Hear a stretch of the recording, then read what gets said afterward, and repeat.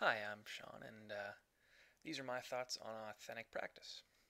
I am a high school social studies teacher, and I have three sections of sophomore American government, and I try to include authentic practice in this class with two activities at the beginning of the year. First, I have them look up, using their textbooks, principles of government, some of the basic foundational ideas and things of that nature. And they find out that for a country to exist, there are necessary components, such as those things are population, territory, sovereignty, and government. So, sometimes these things are a bit abstract at first, but at least they find the definitions relatively quickly and they start to think about these words.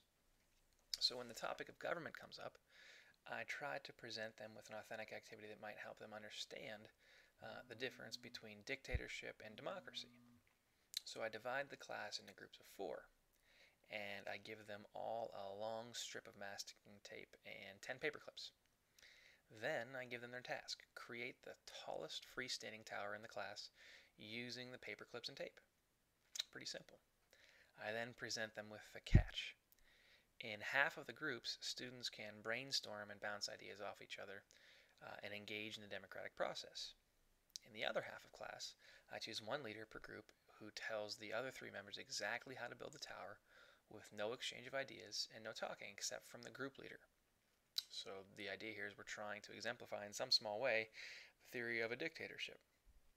After I allow them 10 minutes or so, I check their progress and measure their towers. More often than not, I find that the democracy groups have built taller towers than their dictator counterparts. However, I do find every now and again that there is an inventive dictator who is able to create a large tower. Once the task is over, we try to evaluate what obstacles and difficulties did they overcome when building their tower. Ultimately, the Democratic group will say things like, well, they ran out of tape or paper clips, whereas the dictator groups often say the lack of communication was really frustrating and made them want to suggest better ways of doing things. They really want to talk and share their ideas for improvement. But as they finish this project up, I then request that they examine some of the other principles of government that we had talked about, such as territory, people, sovereignty, and government. And so then ultimately the new task is to create a government from scratch with the rules and regulations and address issues that they have with their present government. And so, they'll draw a map or they'll say what kind of currency they use, those types of things. We try to make it more realistic and try to allow them to name their country so it's more fun, but yet it has to be functional as well. We wrap up this unit towards the end here with the reading of the Declaration of Independence. And so they read it in their textbook, and then we talk about Thomas Jefferson's two-part process of the Declaration of Independence: the philosophical justification as to why the country should be free from British rule, and we finish with a list of grievances that were basically the second part there.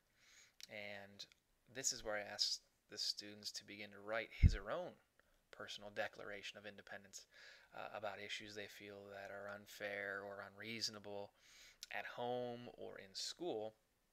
And we find out that they have some pretty passionate ideas about what is fair in school and what is not fair, and what types of curfew rules that their parents put on them. And ultimately, the way that I assign this project is that they will create their own personal declaration in the exact image and the exact way that the declaration had been written. So those are my experiences so far this year with authentic learning, and hopefully we can do another podcast soon. Thanks.